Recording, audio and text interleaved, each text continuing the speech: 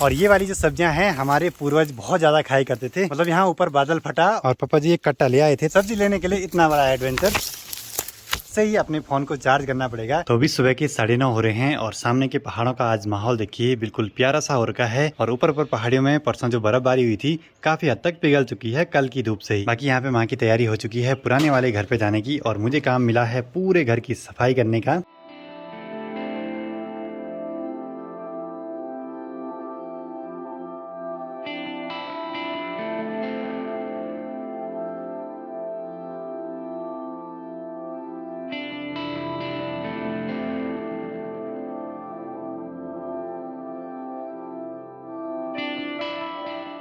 तो अभी ये ठीक सामने देखिए ग्लेशियर टूट रहा है, और जो बादल है ना ग्लेशियर का वो धीरे धीरे नीचे को खिसक रहा है इस जगह पे।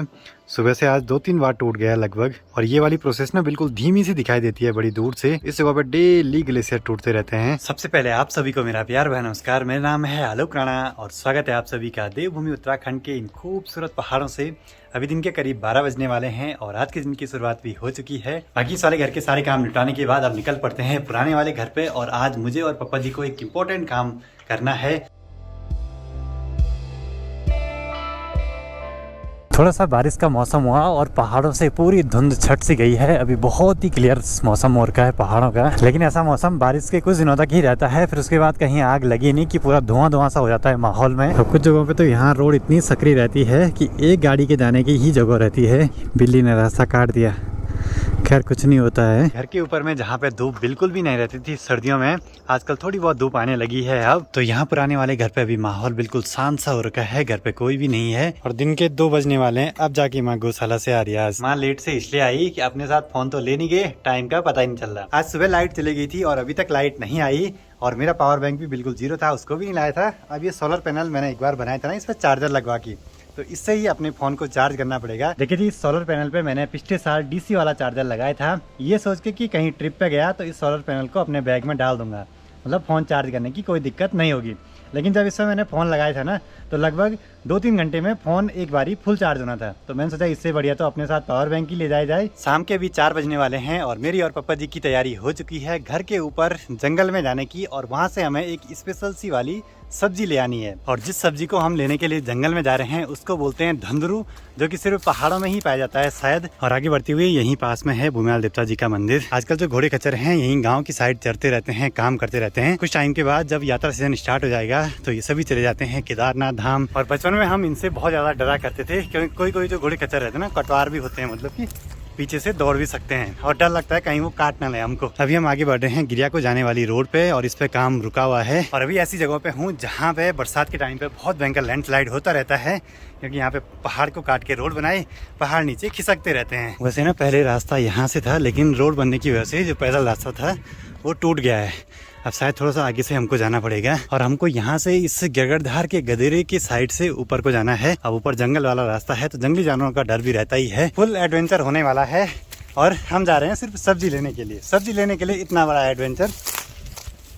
और यहाँ पे देखिए ये पीली पीली चुनरियाँ रखी हुई हैं, ये वन देवी देवताओं का जब पूजन होता है, आचरी उचरी वगैरह, तो उनके पूजन के लिए ऐसे रखे जाते हैं। ऐसे खतरनाक रास्तों पे हम आगे को बढ़ रहे हैं जहाँ पे रास्ता ही नहीं है। और ये देखिए कटीली झाड़ियाँ बहुत खतरनाक हैं, और धीरे धीरे हमारे दोनों ओर देखिए बुरांस के फूल आगे हैं, और नीचे देखिए सिर्फ लाल लाल पंखुड़ियाँ हैं बुरांस के फूलों की।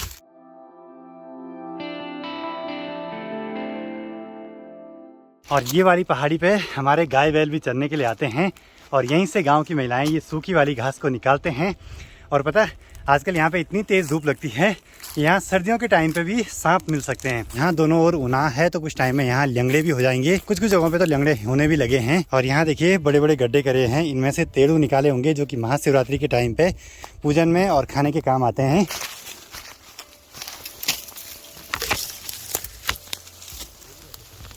ओहो,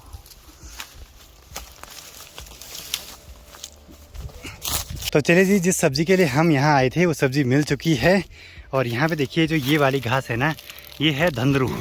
पर इस पे बोला ज्यादा मोलार आ गया, मतलब कि जो पत्ते हैं ज्यादा बड़े होने लगे। तो सोचा आपने ऐसी सब्जी के लिए हम यहाँ जंगल आए हैं। और ये वाली सब्जी तब खाई जाती है जब इस पे नई नई कोपले रहती हैं, मतलब इन पत्तों से ही सब्जी बनती है। और पापा जी को यहाँ पे सबसे बढ़िया धंधरू मिल चुका है बल, अच्छा, जिसपे नई नई कोपले आई हूँ। और ये वाली जो सब्जियां हैं हमारे पूर्वज बहुत ज्यादा खाई करते थे। फिर पुराने जमाने के लोगों के पास पैसा भी कम था, तो वो उन चीजों का ज्यादा यूज करते थे जो उनके आसपास आसानी से उपलब्ध हो जाती थी। अब यहाँ देखिए पूरे प्राकृतिक स्रोत से पानी निकल रहा है मस्त वाला, तो जंगली जानवर यहाँ पे जरूर से पानी पीने के लिए आते ही होंगे। तो हमारी आज की सब्जी धीरे धीरे तैयार होती जा रही है। अगर कुछ दिन और लेट हो जाते तो ये वाली सब्जी हमारे किसी काम की नहीं रहनी थी, क्योंकि इस पर जब ज्यादा बड़ी पत्तियां हो जाती हैं, मतलब मोलार अच्छे से आ जाता है, उसके बाद नहीं खाते हैं इसको। और देखिए ऐसे घने जंगलों से आगे को बढ़ रहे हैं हम। और यहाँ पे देखिए खूब सारे पौधे हैं धंधरों के, लेकिन कुछ ज्यादातर हमारे काम के नहीं है क्योंकि इन पे ज्यादा मोलार आ चुका है बोला। इस सब्जी को अगर बस इतना ही उखाड़ के ले जाएंगे तो बनाते टाइम बिल्कुल कम सी हो जाएगी, मतलब काफी मात्रा में ले जानी पड़ेगी। और अभी हम ऐसी जगहों पे हैं, यहाँ पे 2012 में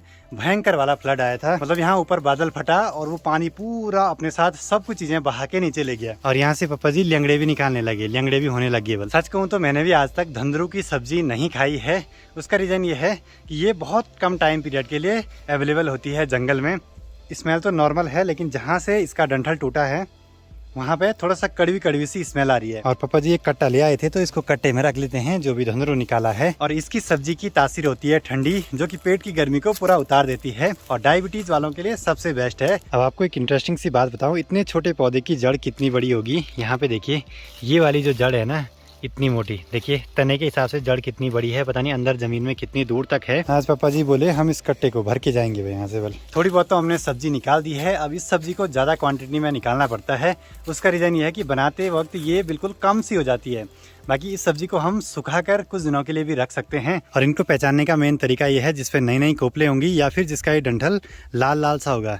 और सामने जो धंधरू के पौधे हैं उनका डंठल हरा हरा सा हो गया है। ऐसे जंगल के रास्ते में दिन को तो आसानी से जा सकते हैं, लेकिन रात होते ही यहाँ आना मुश्किल सा हो जाएगा, क्योंकि पूरा घना घना सा जंगल है चारों ओर। अब कई बार तो लोग ना ऐसे जंगलों में आके खूब सारी सब्जी निकाल के मार्केट में बेचने के लिए भी ले जाते हैं। और ऐसे घनी घनी झाड़ियों के बीच से आना पड़ रहा है। यहाँ पूरी कटीली कटीली सी झाड़ियां हैं और ऐसे पथरीले रास्तों से होते हुए हम अपने लिए सब्जी का जुगाड़ कर रहे हैं। ये है सबसे अच्छा वाला, इसकी जो डंठल है ना पूरी लाल लाल सी है। अब देखते हैं इससे कितने टाइम की सब्जी निकल पाती है। और यहाँ पे देखिए पानी की खाल बनी हुई है ना, तो यहाँ पे जरूर जंगली जानवर पानी पीने के लिए आते होंगे। देखिए जी धंधरू की जो सब्जी है ना, मैं तो अब घर में जाके जब बनाएंगे तब पहली बार खाऊंगा। और पापा जी ने कितनी बार खा रखी है?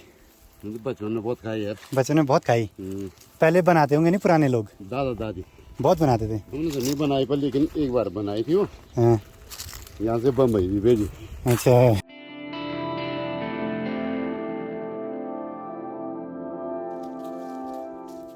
फाइनली जंगल से हम गिरिया को जाने वाली रोड पे पहुंच गए हैं। कुछ टाइम के बाद यहाँ रोड पे पेंटिंग हो जाएगी, तो ये वाला जो नज़ारा आज का है ये दोबारा दिखेगा नहीं। पर इतनी आसानी से गिरिया गांव में रोड जाने वाली है नहीं अभी, मुझे तो ऐसे ही लगता है। अब ये बड़ा खतरनाक सा स्पॉट बन गया है। इस जगह पे हर समय पत्थर गिरने का डर तो बना रहता है। बाकी अपना घर ठीक नीचे पे है। मुझे लगा था कि ये सब्जी हम तुरंत बनाएंगे, लेकिन पापा जी ने बोला अभी ये सब्जी नहीं बनाएंगे, कुछ टाइम के बाद बनाएंगे। खैर वो भी अच्छी बात है, देखते हैं कैसी बनती है, क्या बनती है। धंधरू की सब्जी से एक कहानी हमारे बचपन की याद आई। एक दिन पता क्या हुआ, धंधरू की सब्जी पे तो दाने दाने होते हैं, उनसे ना मेहंदी सी लगाते हैं नाखूनों पे। तो बच्चों ने, छोटे बच्चे उन चीज़ों से खेलते रहते हैं। दीदी यहाँ घर से बिना बताए निकल पड़ी परपरवाड़ी, जहाँ हम कल गए थे उस छोटी बच्ची से मिलने के लिए, उसको परपरवाड़ी बोलते हैं। और वहाँ चलेगी, उसकी एक दोस्त थी, उससे मिलने के लिए, और वहाँ मस्त में से मेहंदी लगा रही धंधरू के बीजों से। लेकिन घर में उसको सारे खोजते रहे कहाँ गई। उस टाइम यहाँ पे जंगल जंगल का माहौल था, सबको ऐसे लगा कहीं किसी जानवर ने उठा के ले गया होगा अपने साथ। इधर उधर खोजा सभी ने, और लास्ट में जब गए गौशाला की ओर, वहाँ से आवाज़ लगाई दीदी को, तो वो आराम से वहाँ से धंधरू के बीज लेके आ रही।